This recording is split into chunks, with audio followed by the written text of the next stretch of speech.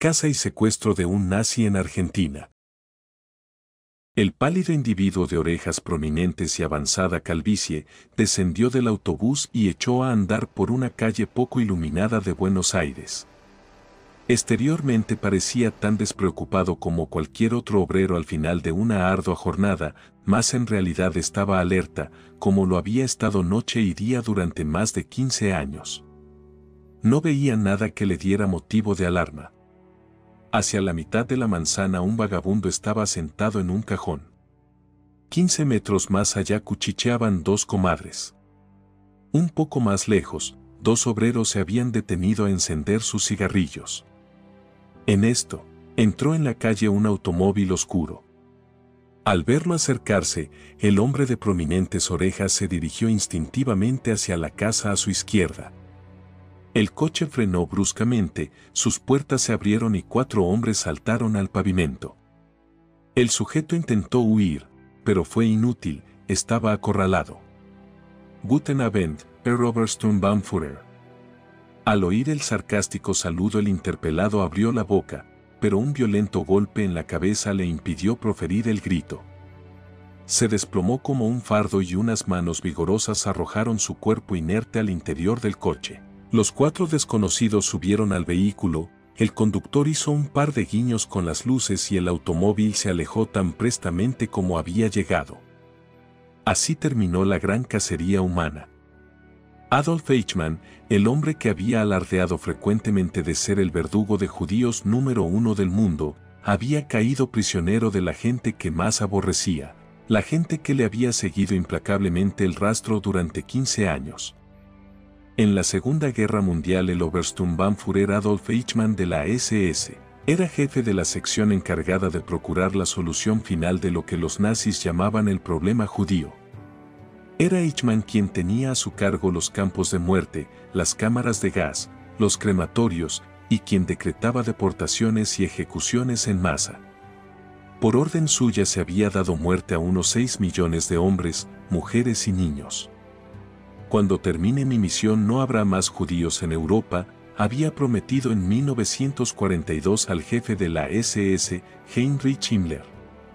En mayo de 1945 las tropas norteamericanas capturaron a Eichmann, pero ignoraban la identidad de su prisionero, que vestía el desarrapado y sucio uniforme de un cabo de la Luftwaffe, cuyos documentos de identificación también usaba.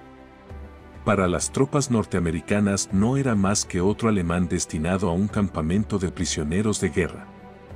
Eichmann no tardó en fugarse de la empalizada y desaparecer. Después de la victoria, el nombre de Eichmann figuró casi a la cabeza de las listas de los criminales de guerra más buscados. Gran Bretaña, Francia, los Estados Unidos y gran número de los otros países que habían luchado contra los nazis o padecido su dominación, emprendieron una gigantesca cacería para hallarlo. Pero con el tiempo mermaron los esfuerzos y casi toda la gente se olvidó de Eichmann. No obstante, había algunos que lo recordaban. Ya en junio de 1945, los refugiados judíos, particularmente los que habían ido a Palestina, tomaron medidas para asegurar que no se interrumpirían las pesquisas en busca del criminal de guerra. Varios agentes, algunos de ellos miembros del Servicio Secreto de Israel, escudriñaron minuciosamente ambos hemisferios. Finalmente, sus actividades fueron coordinadas por una oficina central de Tel Aviv. Había algunas pistas. Adolf Eichmann se había criado en Linz, Austria, donde vivían su esposa y sus hijos. Se envió a Linz un agente que compró una tiendecita situada cerca de la casa ocupada por la esposa del fugitivo. Allí debía mantener el agente tendero una vigilancia constante. Todavía después de marcharse de Linz Frau Eichmann, el agente permaneció allí con la precaria esperanza de que el perseguido regresase a su ciudad natal. En diversas ocasiones recibieron avisos de que Eichmann estaba en Alemania Occidental, Siria, Egipto, Turquía, España. Cada una de esas veces se siguió la pista y en todas ellas fracasaron los sabuesos. En 1957, un agente descubrió a Eichmann en Buenos Aires, pero fue tan torpe que perdió su rastro. Y, A pesar de haber acudido allí a toda prisa más de 20 agentes secretos que buscaron palmo a palmo por toda la ciudad durante 3 meses, no volvieron a encontrar huella alguna. Después, en 1958, el gobierno de Alemania Occidental estableció en Ludwigsburgo la Oficina Central de Causas por Crímenes de Guerra Nacional Socialistas. Esta dependencia, dirigida por el Dr. Owen Schul como magistrado jefe, auxiliado por otros 8 jueces alemanes occidentales, fue creada para compilar pruebas y preparar las causas contra todos los nazis acusados de crímenes de guerra que no habían sido juzgados aún. Alemania Occidental notificó a las autoridades israelíes que la oficina central cambiaría con ellas información sobre los criminales de guerra nazis. En 1959 se envió a Ludwigsburgo un selecto grupo de expertos agentes israelíes del servicio secreto, varios de los cuales eran oriundos de Hungría. Esto era explicable, pues fue en Hungría donde Eichmann perpetró algunas de sus más horrendas atrocidades, enviando a las cámaras de gas y los crematorios a unos 450.000 judíos húngaros. Uno de los agentes húngaros que fueron a Ludwigsburgo usaba el seudónimo de Sande Fekete. Sus padres, hermanos y hermanas habían sido exterminados, y él había jurado vengar sus muertes y entregar a Adolf Eichmann a la justicia. Durante varios años formó parte de un grupo que trabajaba en el caso. Estando en Alemania Occidental, los israelíes se enteraron de fuente fidedigna que Eichmann residía, efectivamente, en Buenos Aires. Consideraron esta indicación suficiente para justificar pesquisas en gran escala. Sande Fekete y otro judío húngaro de 55 años, cuyo seudónimo era Lajos Molnár, marcharon a Buenos Aires con otros 4 hombres y una muchacha. Viajaron por separado, como turistas y hombres de negocios. Molnár habría de ser particularmente útil, pues había visto varias veces a Eichmann en Budapest en 1944. Ni Fekete ni Molnár tenían rasgos judíos. Sus órdenes consistían en hacerse pasar por impenitentes nazis húngaros que habían huido antes de la llegada de los ejércitos rusos y ganar así acceso a las populosas colonias de nazis desterrados por propia voluntad, muchos de ellos criminales de guerra, que habían buscado refugio en la Argentina durante el régimen del dictador Juan Perón. En Buenos Aires, Fekete y Molnár establecieron pronto contacto con los elementos nazis y gradualmente fueron aceptados por varios grupos. Pero, aunque los expatriados hablaban sin ambajes de sus propias hazañas durante la guerra, no hacían nunca ni la más pasajera mención de Eichmann. Transcurrieron muchos meses, hasta que un día de enero de 1960, en una tertulia donde se bebió más de la cuenta, Molnár oyó una sola frase que le dio la primera clave precisa: pobre Eichmann, haciendo piezas de automóviles, después de haber sido uno de los hombres más poderosos del Reich. Inmediatamente, los agentes concentraron la búsqueda en las fábricas de automóviles, atisbando la entrada y salida de los trabajadores. Un día vieron salir de la Mercedes-Benz de Buenos Aires a un hombre alto y enteco, de cara enjuta y orejas prominentes. Lo siguieron hasta un autobús que lo condujo a otro sector de la ciudad. El agente no se arriesgó a ir más lejos. Aquello era suficiente por el momento, podría recobrar el rastro al día siguiente. Notificadas las autoridades israelíes por cable cifrado, Fekete y sus compañeros recibieron aviso de que salían refuerzos para Buenos Aires, cerca de una veintena de agentes y comandos, pero todavía quedaba mucho por hacer. Había que confirmar sin género alguno de duda la identidad de Eichmann. Seguido el sospechoso hasta su casa, una investigación cautelosa reveló que vivía bajo el nombre de Ricardo Clement. Al enseñarle a los vecinos unas fotografías de la esposa del fugitivo, tomadas en Austria, estos contestaron: sí, la conocemos.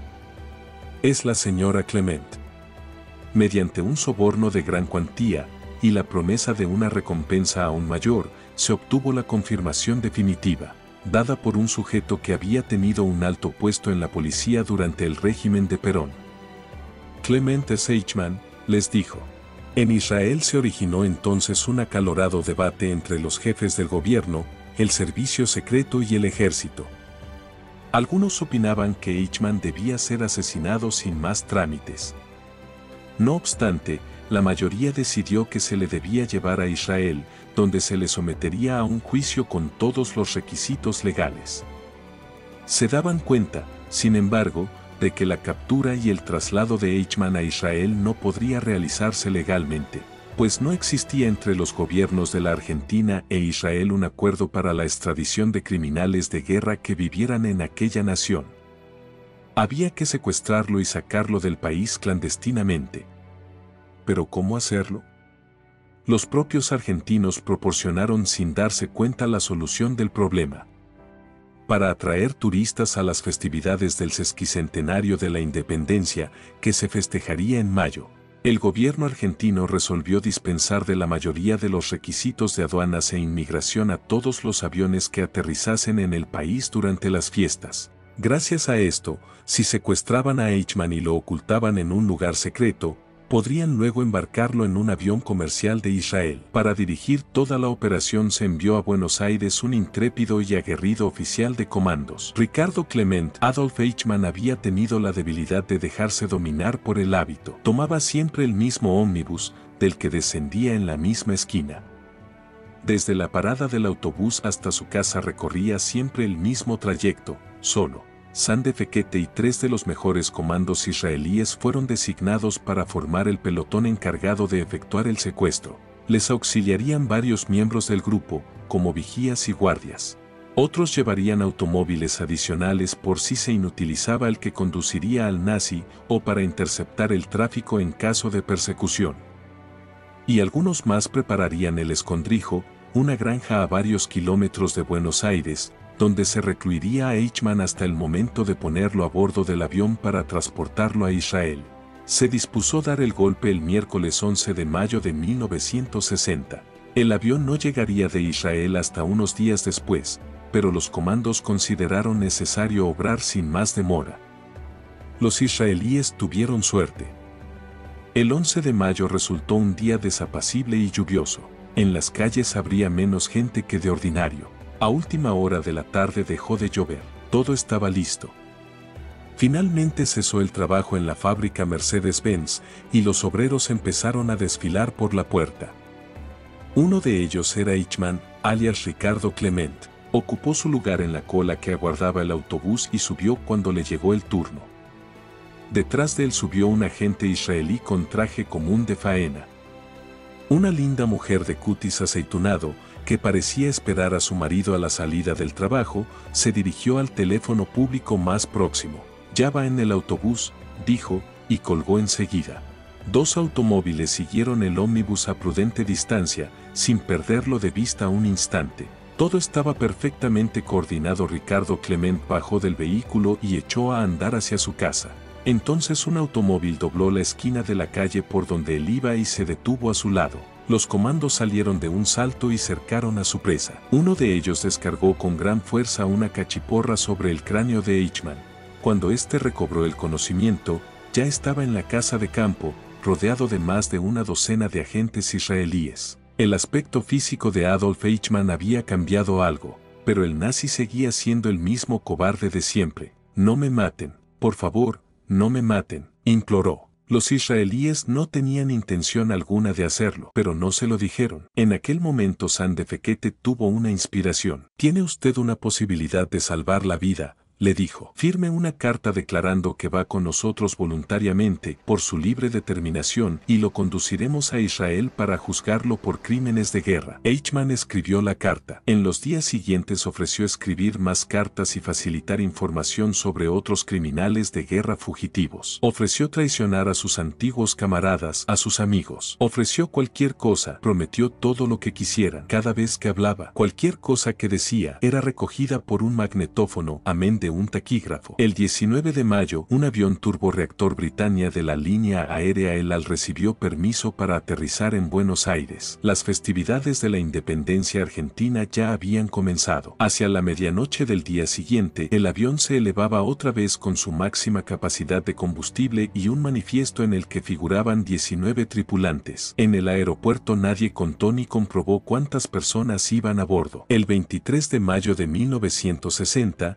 Adolf Adolf Eichmann compareció ante un tribunal de Tel Aviv Jaffa en Israel. Se le encausó bajo la ley israelí que gobierna el procesamiento y condena de los criminales de guerra nazis y sus colaboradores. El cargo concreto formulado contra él fue haber ordenado la exterminación de 6 millones de hombres, mujeres y niños judíos. Adolf Eichmann basó su defensa en el principio de Befehl ist Befehl, axioma militar alemán que proclama que órdenes son órdenes. Alegó que no hizo sino cumplir las órdenes de sus superiores y, por tanto, que no podía hacérsele responsable de ninguna de sus acciones. Esta fue también la táctica de defensa que emplearon Hans Frank, Wilhelm Frick, el coronel general Alfred Hodel, el jefe de la Gestapo Ernst Kaltenbrunner, el mariscal de campo Wilhelm Keitel, Alfred Rosenberg, Fritz Saukel, Arthur Seyss-Inquart, Julius Streicher y el ministro de Asuntos Exteriores nazi, Joachim von Ribbentrop, en los procesos internacionales de 1946 por crímenes de guerra que tuvieron lugar en Nuremberg. Como a aquellos, esa defensa no le sirvió de nada a Eichmann. Fue declarado culpable de crímenes de guerra y ajusticiado.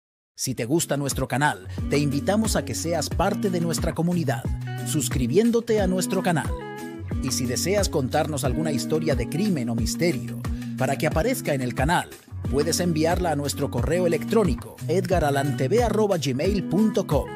Tu nombre se mencionará en los créditos. Aseguramos que será una experiencia interesante.